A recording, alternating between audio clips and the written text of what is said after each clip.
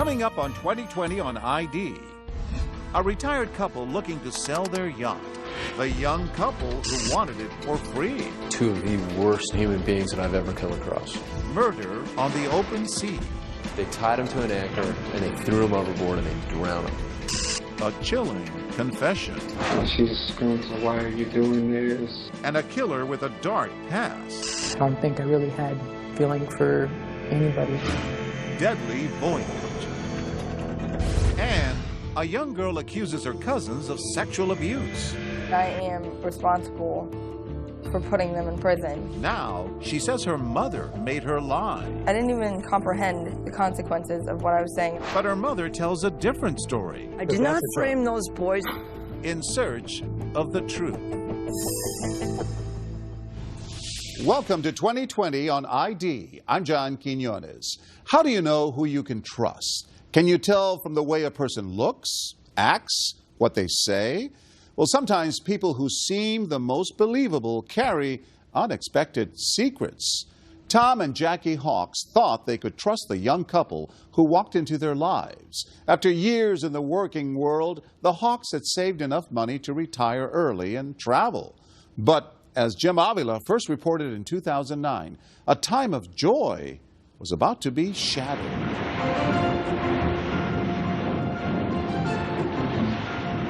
Jackie watching the dolphin play. It was a dream life on a dream boat, a 55-foot live-aboard yacht, lovingly called the Well-Deserved, with a name on the stern that said more about its owners than the boat itself. And we got a good-looking captain on board.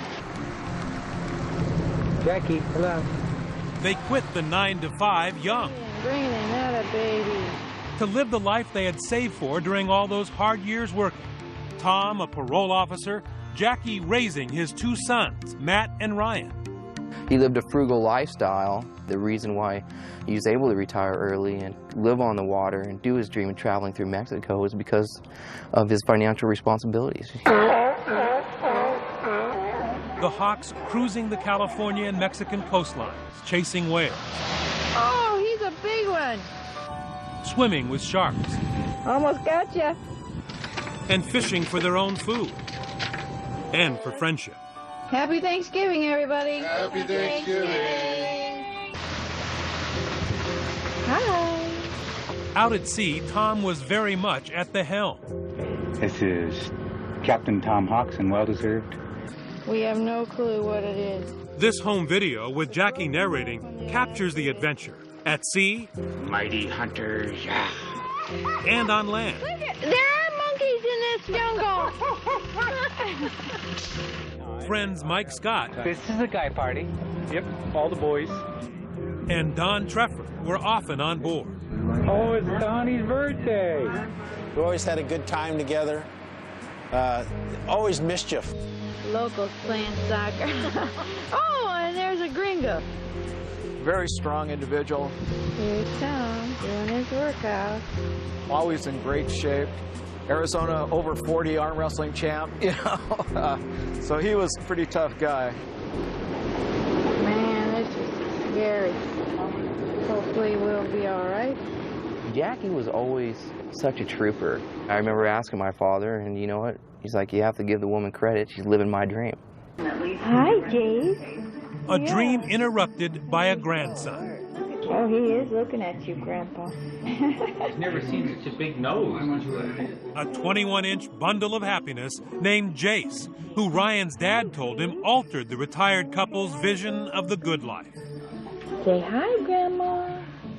And now her dream has become a grandmother, and I'm not going to take that away from her, and I want to be a grandfather too.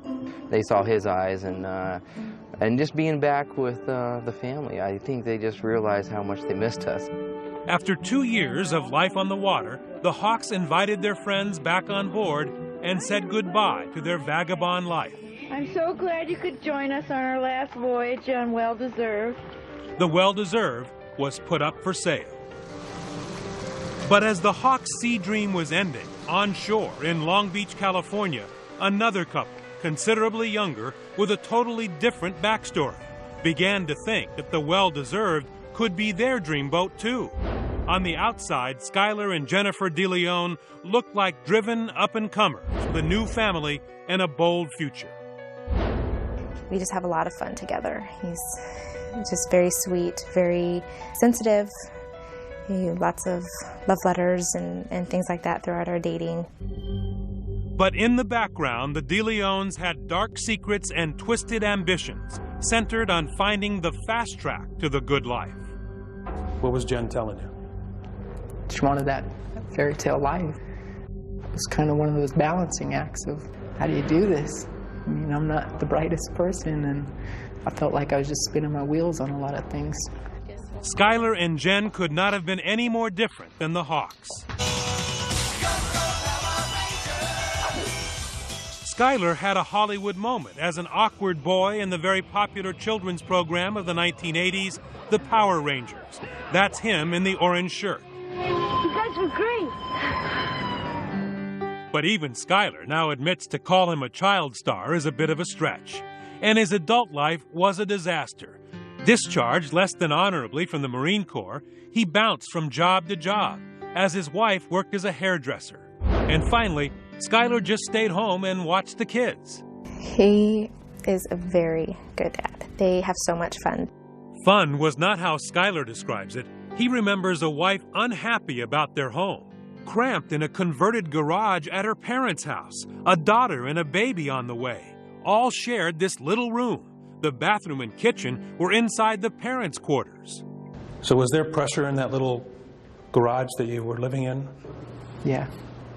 It was more of like the financial thing and making her happy. And that would have made her happy if you had a nice, expensive boat. Yeah. Skylar and Jen were desperate to move, and when they saw an ad for a boat big enough to live on, moored just a few miles away in Newport Beach, crime writer Tina Derman says the well-deserved fit right into Skylar's naive plans. And so this would be the solution to all of his problems. Exactly. We'd give him an instant home, a beautiful home, and he wanted that boat. He'd been on it. It was beautiful. It fit his needs perfectly. He wanted it. The two very different couples with a shared dream are about to meet, but there is one big problem. Skylar and Jennifer, in actuality, were deeply in debt.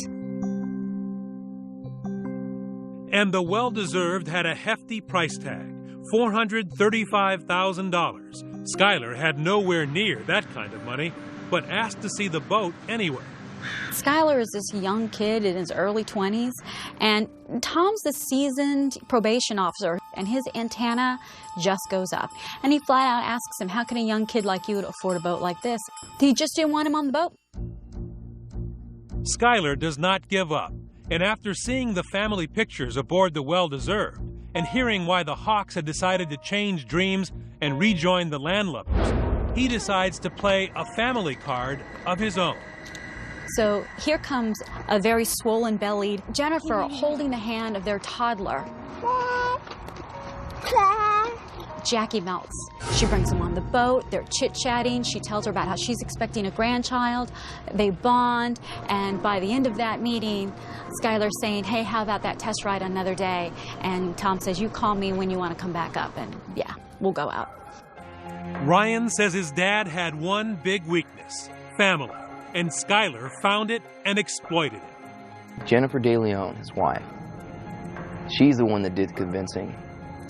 You show family to my family, if you talk about family to my family, they're going to let down their guard. Within a week, the dreamboat is heading out to sea. On board, Skylar DeLeon and the Hawks. But not everyone on this fateful voyage will return. Stay with us.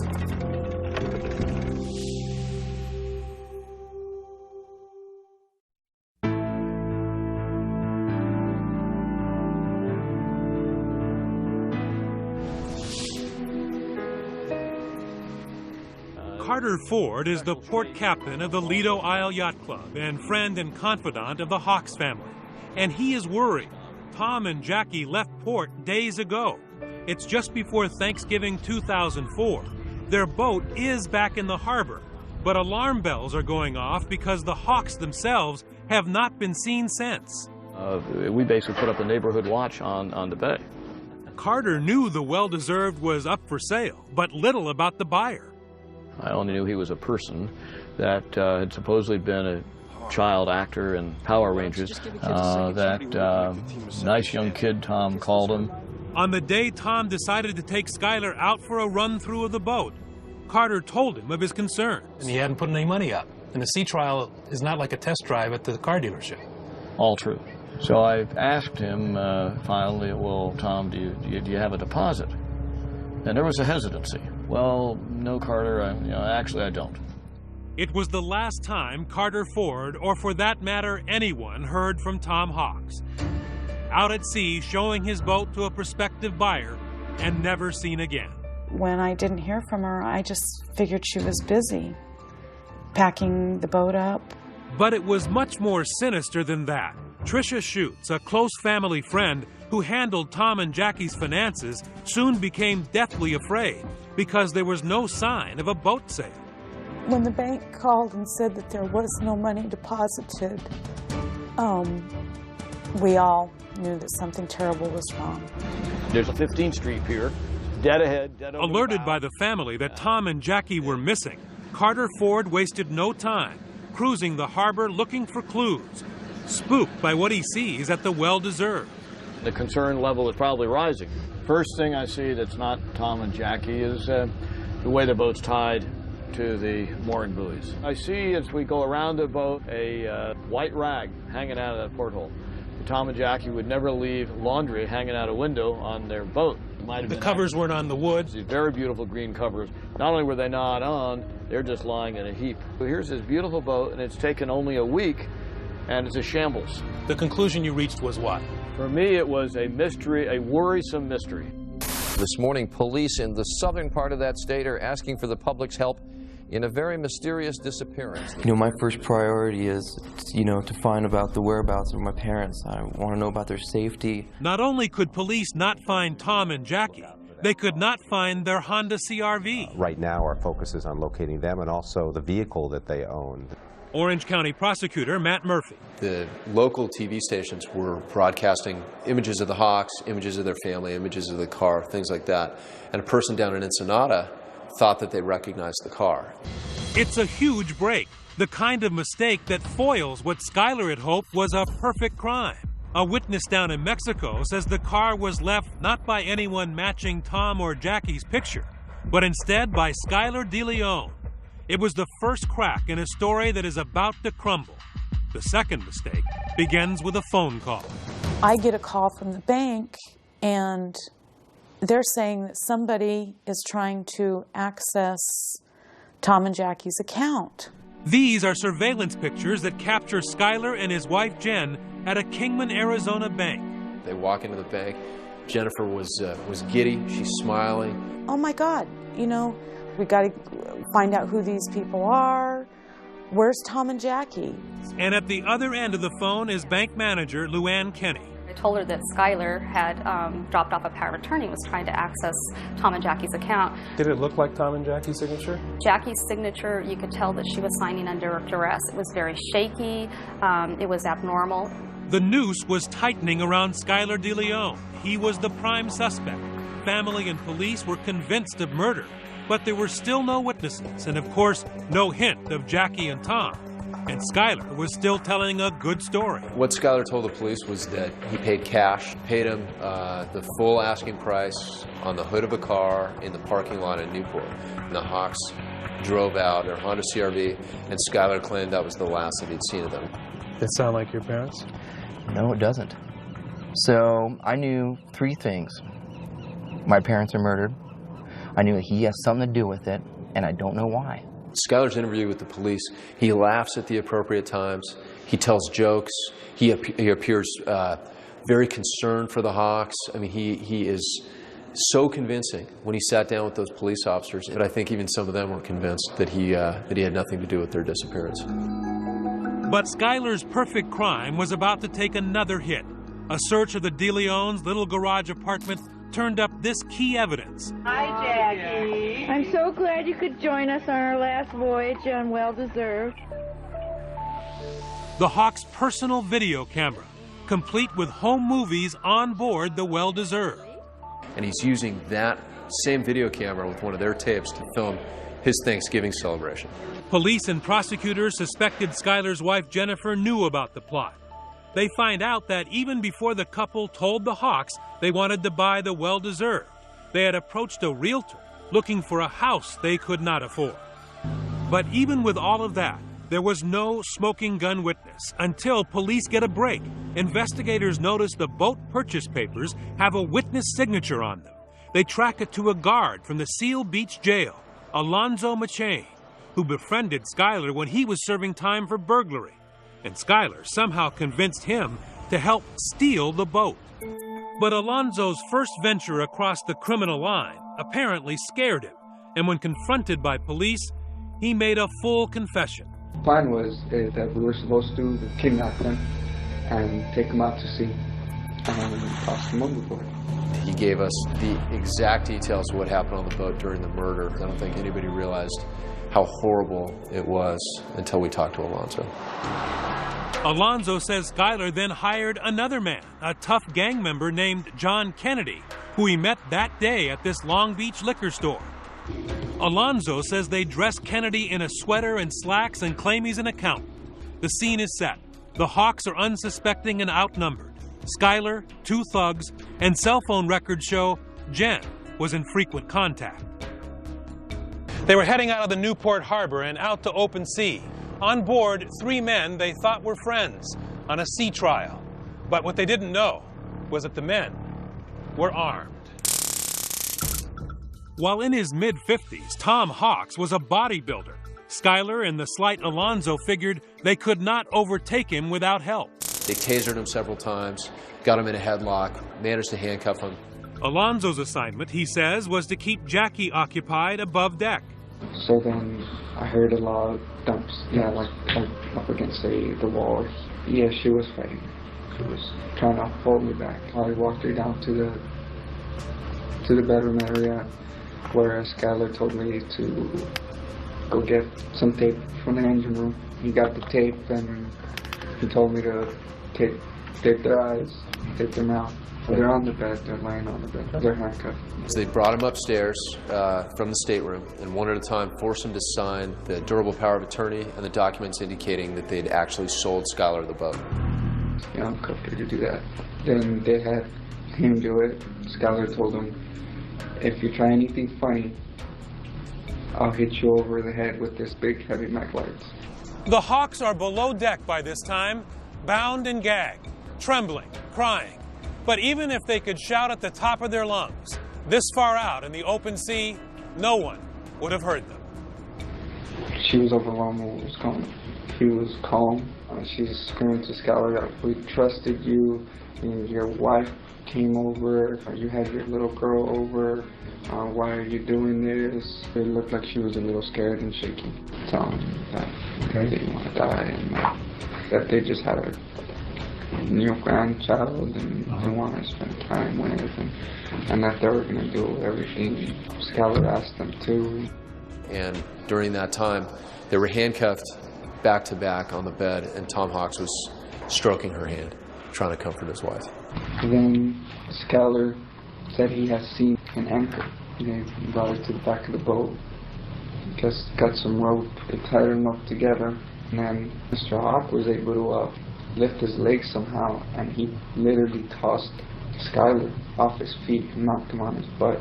And right behind him, the black guy just takes a big swing at his side of his head and just, I'm pretty sure he knocked him out.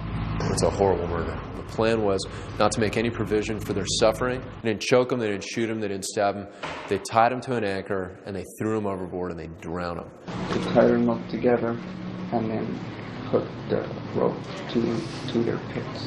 I didn't believe what I was looking at. They just pushed them up the side. The back end. Schuyler then turns the boat around and heads back to port. Alonzo says the muscle, John Kennedy, grabs a fishing pole and a beer for the ride home. Schuyler tells me to I grabbed a t-shirt, started wiping things down. Then he tells me to go into the restroom and grab all the medicines, toss them in a, I think we found over like $3,000. Just split it up. The Hawks had been sent to the bottom of one of the deepest parts of the Pacific, alive. Their bodies would never be found. How could someone do something so cold? I've never really felt evil. I've felt more of, I don't care. I don't care about my life. I don't care what happens to you.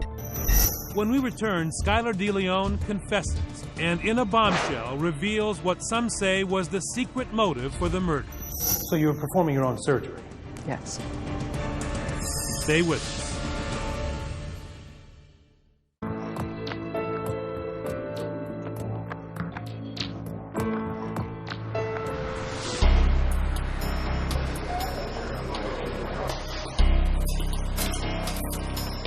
During his trial, Skylar DeLeon did not take the witness stand, but he did sit down with us for his first network television interview and admitted he murdered Tom and Jackie Hawks for their boat.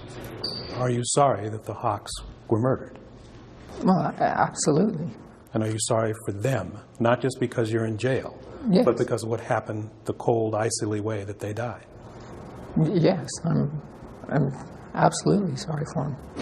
I just wish I could just turn back time. Do I think I should be here now? I mean, I think I should. So you're not saying you're innocent? No. Two innocent people tied to an anchor and thrown overboard while still alive, taken to the bottom of the ocean. Do those thoughts haunt you? I think I just try not to think about a lot of things. He's a parasite. I mean, he lives off other people's existing. That's a parasite. I mean, he is a plague to our society. Even though you're calm on the outside, there must be rage on the inside. Yeah, there always is. I will always carry tension in my shoulder for the people that did it. And I always have a pain in my stomach for in the manner in which it was done.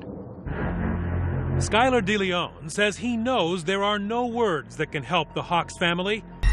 But he sat down, he says, in part to explain how the monster was created. Lots of times, I mean, I wished I was dead. I've hated my childhood. Skylar's father was a drug dealer. This family picture shows his sister playing in a pile of drug money.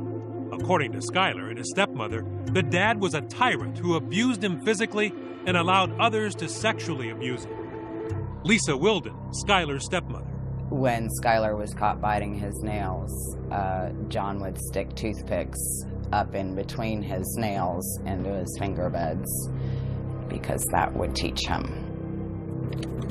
Defense investigator Nicole Fisher, who specializes in looking for reasons not to execute murderers like Skylar, says it was worse than that. His drug dealer father, she says, exposed him to a lethal mix of depravity. In the bathroom, they're mixing drugs, you know, in the living room or whatever, they're in there freebasing cocaine. There's orgies going on in the whole entire house. Skylar says he became a sociopath, unfeeling about his own welfare and, more critically, the pain he caused others. There's no doubt about it. I mean, I was numb. I mean, I don't think I really had feeling for anybody. Come on.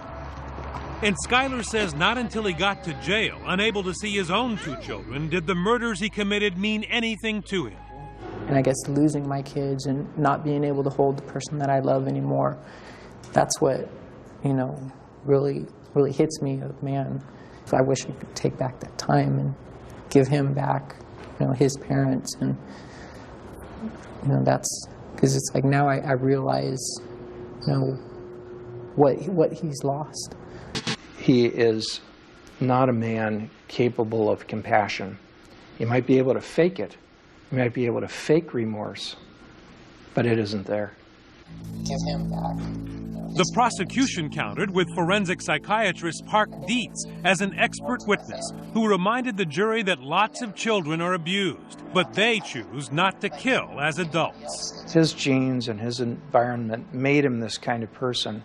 What he controls is how he acts toward others. He does know just as well as you or I that if you're going to plan to kill someone, you could get punished, and that he knows. The jury sided with Dietz. And in less than 2 days, found Skylar not just guilty beyond a reasonable doubt, but worthy of the death penalty. A jury has found Skylar DeLeon guilty of the jury recommends the death penalty. In fact, some believe the motive behind the murders had less to do with his childhood than it did with his odd sexual proclivities. Listen to this bombshell. Skylar wanted to be a woman so badly, in jail he took a razor to his own genitals. I took a sheet and tied it around your penis? Yes. I went to cut it off. So you were performing your own surgery? Yes. And this has been something you've been thinking about for a while? Yeah, for a long time. In Skylar DeLeon's garage apartment, investigators found evidence he was researching the procedure. His wife's trial attorney, Mike Malfetta, told us Skylar often wore women's clothes and was determined to be a female. This caper, this entire murder, this desire to get some wealth and to get some money in was to pay for that sex change. And in our interview, Skylar says his wife was the dominant player in the marriage, the mastermind and driving force behind the murders. How much in charge was Jen? I think we had our roles reversed. Was she the brains in the family? I hate that, yeah. I never thought that I would actually ever lose Jen. Like I would do anything to not lose her. If Jen wasn't there, this never would have happened. No. Jennifer DeLeon's attorney, Mike Malfetta, says she was offered 2 separate deals to turn state's evidence and testify against Skylar. She didn't. Instead, she went to trial, was convicted and sentenced to life in prison, losing her children. But for Skylar DeLeon being in her life, Jennifer DeLeon never commits a single crime. Not a misdemeanor, not a traffic ticket, nothing. It wouldn't have happened. You know, everybody's trying to blame everybody else. In reality, they're all guilty of it. Skylar and his wife are 2 of the worst, most lamentable human beings that I've ever come across. In the end, the story of the well-deserved is one of irony. 2 couples with a dream. Skylar and his wife Jennifer taking the ultimate shortcut to riches, murdering 2 people who did everything right. The Hawks, who had worked so hard to live the good life, debt-free and filled with family and friends, only to have it all end so coldly, so undeservedly, off the stern of their beloved dreamboat. My father believed in rehabilitation of criminals. The way they went was unthinkable. I never heard of an unhumane way to torture someone and kill, 2 loving individuals that did nothing wrong. As of 2014, Skylar DeLeon remains on death row. He's appealing his conviction. John Kennedy was tried, found guilty of murder, and sentenced to death. He is also appealing his conviction. And Alonzo Machane, who confessed to his part in the murders, pled guilty to 2 counts each of manslaughter, kidnapping, and robbery. He was sentenced to 20 years in prison. Jennifer, meanwhile, divorced Skylar and is now known as Jennifer Henderson. She has exhausted all of her appeals. Coming up, a young girl makes a shocking confession. She's like, you have to go in court and say that your cousin sexually assaulted you. Next thing I know, I'm being locked up. But was she telling the truth? These are 2 kids who didn't have resources, and no one's helping them. Stay with us.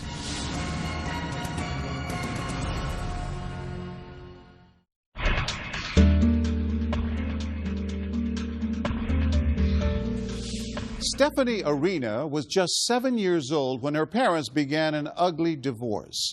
But a story she told then would have devastating effects. And as Jim Avila first reported in 2006, she'd spend years trying to right what she now says was a terrible wrong. At 16 years old, Stephanie Arena says she has never had sex and is tired of talking about it. She doesn't want to relive her accusations of sexual assault that put her cousins John and Michael Arena in prison. She's trying to resume a normal life with family and friends, but she can't, not while she is haunted by the words that doomed those close to her. I am responsible for putting them in prison. And now that I'm older and I can understand the consequences of my actions, I need to step up and do what I have to do to make things right. She's been trying to make things right for years by writing letters of apology to both brothers in prison. This one to Michael. How are you? I just wanted to tell you I am sorry for putting you in jail. I hope you forgive me. Love, Stephanie. It all started for Stephanie when she was just 7 in the center of a ruthless custody battle, becoming the victim in what some call a revenge plot orchestrated by her mother. Stephanie's starring role, she says, make believe she was molested. She was like, you have to go into court and say that your cousin sexually assaulted you. They put their penis in your vagina. It's 1997. Her parents are braced for a nasty fight over Stephanie and her brother. But there is a bright spot in the little girl's life. Her teenage cousins, John 15 and Michael Arena 14, Stephanie's close family. I'd want to hang out with them and spend time with them because they were my family. And they were like big brothers to me. John and Michael felt the same way. Raised by loving parents, they were troubled to see Stephanie caught in a family war. She lived just down the road, and the brothers say they felt like her protectors. I've watched grow up for so long. I mean, just from being a little bitty thing and growing up. I can always see her smiling. But Stephanie's life of chaos is about to take a tragic turn. Her parents' feud erupts. Mom steals $600 from the cash register at work and then violates a custody order not to leave the state, stealing Stephanie and her brother, moving to this Florida homeless shelter, and then, to justify leaving Texas, tells social workers her kids were being molested. That's pretty much when she started all these lies about John and Michael. Lies, she says, that her cousins had repeatedly sexually molested her. At one point, Stephanie said the boys put their privates in my butt, and forcing Stephanie to make a terrible choice: risk her mother's love by contradicting her story or turn on her cousins. She said to you, say these things about your cousins, or what? Or she's going to jail. So I chose to tell these lies about Michael and John. Stephanie says she was a tool, prying her family apart, manipulated, she says, because she was afraid to lose her mother. A woman Stephanie claims was on a mission of revenge against a father who would not drop the custody battle. It was just basically my mom saying, well, I now hate your father's side of the family, so I'm going to twist it and manipulate it and hurt them as much as I possibly can. So Stephanie pointed her tiny finger at her beloved cousins and quietly mumbled the charges that would threaten them with prison. It took me a long time for the story to get to flow straight. There's actually an interview where I was like, hold on, I have to ask my mom what to say. Strangely, Stephanie's mother never took her supposedly abused daughter to police or a doctor. Instead, she went to social workers and counselors who eventually went to police. John and Michael are high school teens at the time. Michael dreams of a football career. John's passion, fast cars and motorcycles. Neither brother has a police record when their parents voluntarily take them in for questioning. I went in there just doing what my father told me to do. You know, he just told me, don't worry, they're not going to do us any harm. And next thing I know, I'm being locked up. It is a weak case, based mostly upon Stephanie's troubled accusation, until John makes what he calls the mistake that changes his life. He confesses twice, first in his own writing. He says he is forced to say during a 3-hour interrogation, 17 years old with no access to his parents or an attorney, that he had oral sex with Stephanie 3 or 4 times. Claims police deny. As you're writing this down, you're thinking what? I just want to leave. You didn't think if I write this down, I may never leave? Not once. I was scared. Not only did your confession hurt you, it hurt your brother. Right. What I was told from my lawyer was that if I took the plea bargain for 5 years, they would drop the charges on my brother. And what happened to your brother? He got 20. John's attorney denies offering him that deal. In the end, John's plan had backfired. John was sentenced to 7 years and paroled after 5. As for his 16-year-old brother Michael, who never confessed, in just 3 short days, he's tried, found guilty, and sentenced to 20 years. He can't pay for experts, so there's just a day and a half of testimony. The main witness is Stephanie, and she can barely get the charges out. She can't remember when it happened. Where it happened is vague. She says her house, her cousin's house, and her grandparents' house. And when asked specifics about oral sex, she first says, "I think so. I can't remember." I didn't even know what I was saying. And I didn't even comprehend the consequences of what I was saying about my cousins. The evidence used to back Stephanie's charge had its problems too. On the stand, Stephanie never provided details about how she was molested. But a medical expert for the prosecution, Dr. Pamela Sue Green, who never personally examined Stephanie but reviewed medical records, testified that her scant or thin hymenal tissue is a suspicious finding for possible vaginal penetration. A thin rim of hymenal tissue is not diagnostic of penetration. Not. Dr. Stephen Isle has 20 years' experience performing thousands of exams on kids with claims of molestation. We showed Dr. Isle and 3 other leading doctors Stephanie's complete exam. They all disagree with the prosecution's medical expert because, they say, she overstated the evidence. If this material and this history and this physical were used to put people in jail, that was over the top, that shouldn't have been done, and that's terrible. In a letter to 2020, the prosecution's medical expert stands by her conclusion that penetration was a possibility, based on, she states, my review of the entire medical record. I know that I didn't have sex. So what that lady was saying on the stand, I don't know. I am still a virgin, and I'm telling the truth. When we come back, Stephanie's mother tells her side of the story. I did not frame those boys, and my children asked me to take them out of there. But John's polygraph says something different. If I was to testify in court, my opinion would be that he did not molest Stephanie. Will the cousins' names finally be cleared? Stay with us.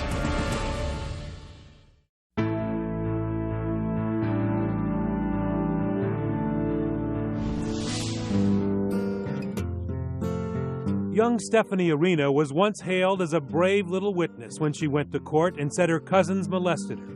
But now that she's apologized to those boys, and in perhaps her most courageous moment, publicly recanted those charges, she says the same judge and prosecutor who thought her so brave treated her like a criminal. I was like, wait a second. You're a judge, you're supposed to serve justice, and now I'm telling you the truth, and you don't care. In fact, Judge Edward Johnson warned her repeatedly that she could face felony prosecution for perjury and a possible 10-year prison sentence if she recanted her original charges. Stephanie says she thought that was a threat from a judge who didn't want to spend any more time on this case. But even at her young age, she refused to back down, willing to go to prison. I really do think that 2 to 10 years is a small price to pay. And now a cruel irony. Stephanie's mother, who was supposed to be protecting her daughter, accusing the cousins of molesting Stephanie, is at the same time keeping company with 2 convicted child molesters, even living with this one. A judge found the mother's judgment so poor, he took Stephanie away from her and granted sole custody to her dad. That's just one of the reasons we wanted to talk to Stephanie's mom, LaVonna Arena. It wasn't easy finding her, but we did, living with a boyfriend in Muscatine, Iowa. I did not frame those boys, and my children asked me to take them out of there. And in fact, if they begged me, and to this day, you think those boys molested your daughter? Yes, I do. But the medical records show that Stephanie has never had any problems, never had sex even. Sir, I've been told a long time ago that it's possible that their tissues, whatever, medically, after a long period of time, it might be difficult to detect. How about anal penetration? There's no evidence of that either. Sir, There's no, I mean, the report. Can I show you the report? You got me totally stumped. Let me show you the report. You can read this here. Did not see any sign of injury or scarring. There's no evidence here that she's either been raped or even had sex. And she says she's never had sex. She says today that she is still a virgin. Here's another troubling LaVonna pattern. Police records and family testimony suggest that on 3 different occasions she has falsely accused family members of abusing her kids, including a charge against Stephanie's father, Stephen. She accused me and John and Michael again while they were incarcerated. So they're in jail. Right. And she says they're still molesting your daughter. Right. So what did that tell you? That she uses this as a weapon to get what she wants. LaVonna Arena asked us not to use this sidewalk interview, suggesting a more formal interview later. She apparently decided against that and stopped taking our calls. But her live-in boyfriend dropped a bombshell, explaining to me by phone that LaVonna would like to tell the truth, wants to explain why she made Stephanie lie. But her boyfriend told me, quote, LaVonna is afraid she would go to jail. When I realized that she manipulated me, that's when I was like, I don't really care for you anymore. Don't really care for you anymore? As in hate you, I don't want anything to do with you. That's strong. You hate her. I can honestly say I hate her. So that gets us back to John, who after all these years is still trying to explain what he insists was his false confession. And maybe he finally has an answer. As a condition of parole, he has to submit to a yearly polygraph test, which he did, administered by Peter Heller, who works not for John, but for the state of Texas. And John passed when he denied molesting Stephanie. Quote, no deception indicated. In my opinion, he was truthful to the relevant questions.